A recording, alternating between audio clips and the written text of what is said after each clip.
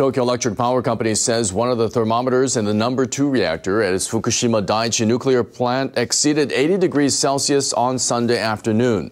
80 degrees is used as a benchmark to check whether a state of cold shutdown is in effect. But the utility insists that state is being maintained because other thermometers in the reactor register low temperatures. The thermometer in question at the bottom of the reactor began to rise late last month, prompting TEPCO to increase the injection of water into the reactor.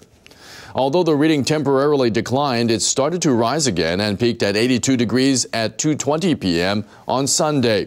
This is the first time a temperature reading has exceeded 80 degrees Celsius since the government and TEPCO declared last December that the reactors had achieved cold shutdown. TEPCO noted 2 other thermometers installed at the same height showed temperatures of around 35 degrees. It also says a study of air samples collected around the reactor shows no signs of nuclear criticality occurring at the unit.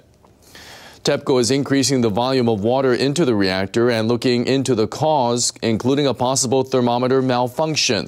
The company says it will carefully monitor the reactor and will not rule out the possibility that its temperature might actually be rising.